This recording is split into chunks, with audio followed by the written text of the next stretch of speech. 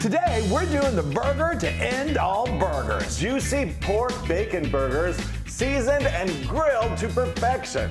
Made even better with some homemade Carolina mustard sauce. Topped with some creamy, tangy coleslaw. And then we're gonna bring it all together with a homemade pretzel bun. Trust us, folks, after one bite, you may not want your burger any other way. I'm telling you, it is true. They're that good. We love our beef burgers. I fell off my stool. He did, and I had to go pick him up. I mean, fortunately, it didn't fall very far.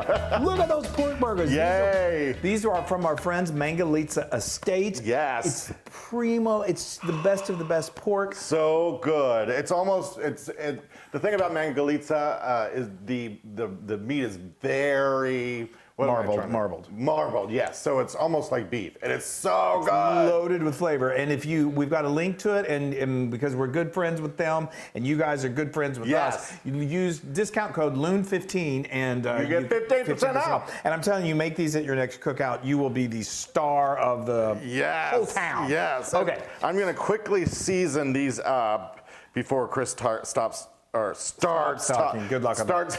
Stops talking, exactly. And this is Chris's.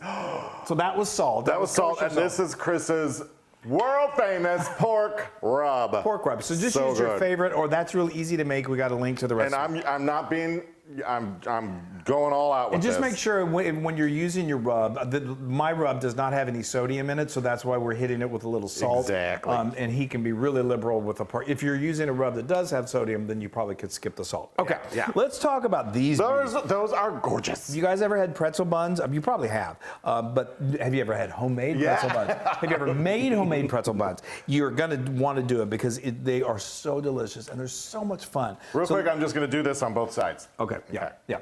Okay, and you're flipping with one hand and seasoning with the other. I'm not going to contaminate my salt or my rub. Thank you. So let me try and get through this and see if I can tell you exactly how we made these buns. They're really fun and they're really easy. So we started with our stand mixer, and in the bowl of it, I put a cup and a half of warm water. It's going to be about 105 to 115 degrees Fahrenheit.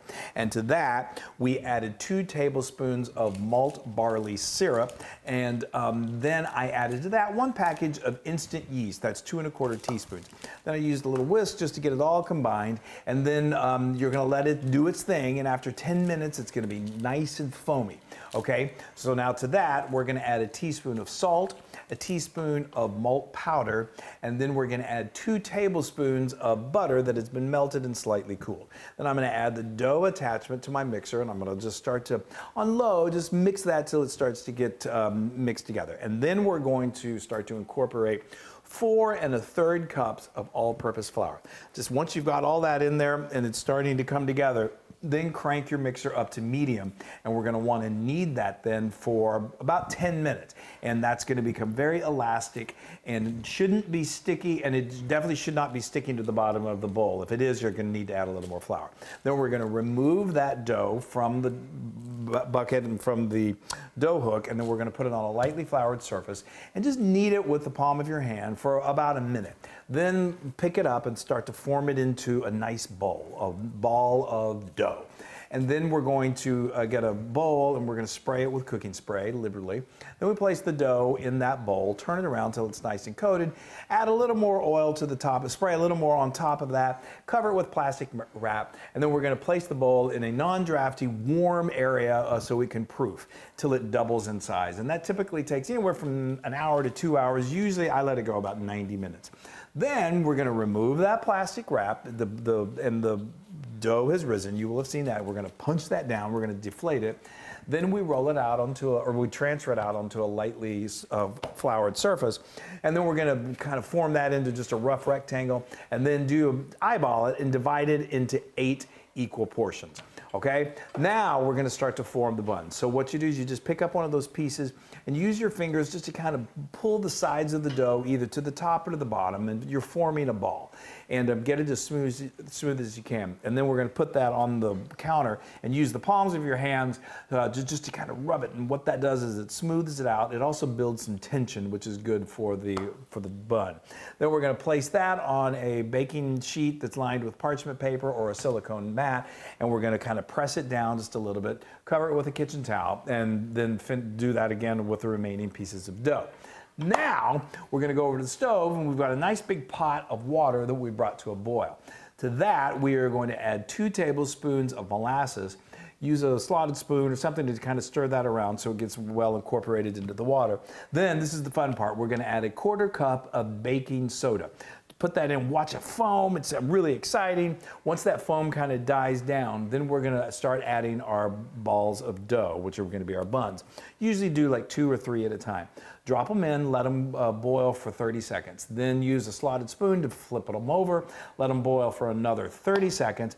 Then use that slotted spoon to quickly remove it from the water, kind of let the water drip off. And then we're gonna put it back on a baking sheet that's lined with parchment paper or a silicone mat. And then we're going to sprinkle on some coarse sea salt or kosher salt. And then we're going to take the sharpest knife you've got, or even better, a razor blade, and just create a nice big X across the top of the bun. Then you do that with the remaining balls of dough, and then we're going to put them in the oven that's been preheated to 425 degrees Fahrenheit. Let them bake for about 18 to 20 minutes until they're nice and golden brown and beautiful.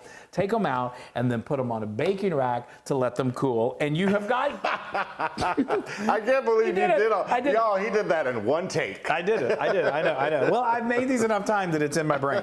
But anyway, it may seem like, oh, I don't know if I can do that. You can. Most important thing is you just got to make sure that dough, you may need to add a little more flour to the dough as you're going. You just want it to, you don't want it to be sticky. You don't want that. Okay, but look at that. And it's fun. We have a good time making them. It is fun. Okay, all right, those look good. So we are going to grill these babies, like you said, to perfection. We're going to go out there and then we're going to toast these on the grill as well.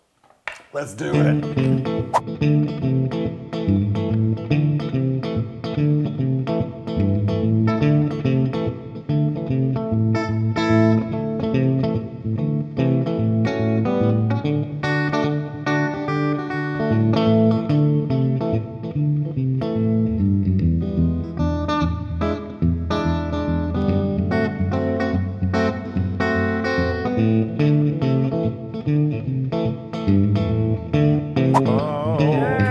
Goodness gracious. It's a gorgeous day out here in Texas. It's about to even get more gorgeous when we start. Oh, look at these. So we grilled these to perfection. It took about 15 minutes. One thing I will say, that these are, like we said, juicy. They got bacon in there, so there's going to be a lot of drippings.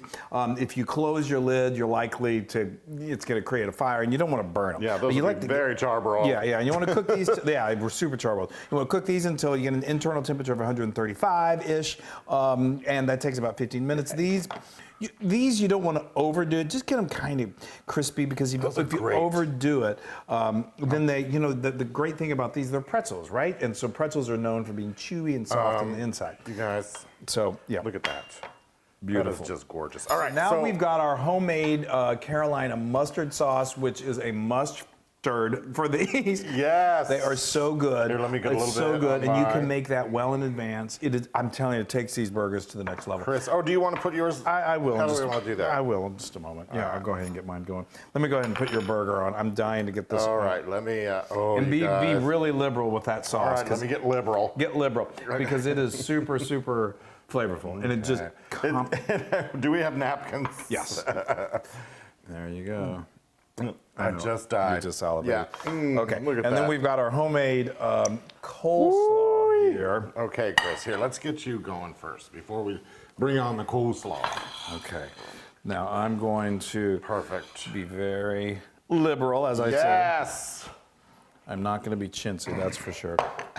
This is so good. This coleslaw, like we said at the beginning, it's good. Your burger. Yeah. Don't forget about your burger. It would be terrible, wouldn't it? If you had a pork burger without your pork burger. Okay. Here we go. My mouth is watering. I've got myself some delicious.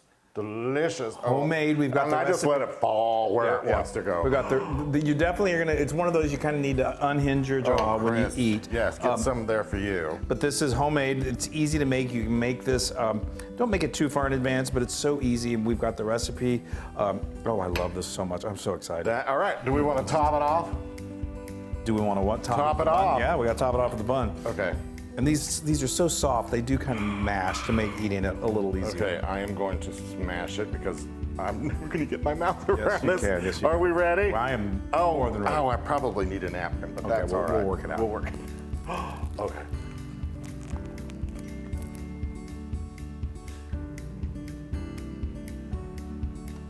Holy smokes.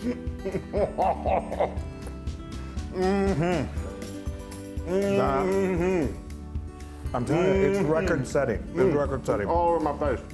It's all so in, good. It's all in my mouth. Oh my goodness gracious. Yeah, That burger. I'm dying.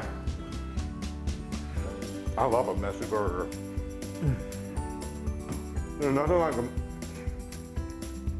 There's nothing like a messy burger, You're not really that messy. but at home, when you're out. You guys, this Guys, I'm dying. so order from Mangalitsa Estate and to get the best in the world. But if you can also make your own, just get some ground pork, incorporate some finely chopped bacon, form into patties, season them. But go check out Mangalitsa Estate. I know we're getting the loon dance. That Carolina sauce, it's I all have to take another bite.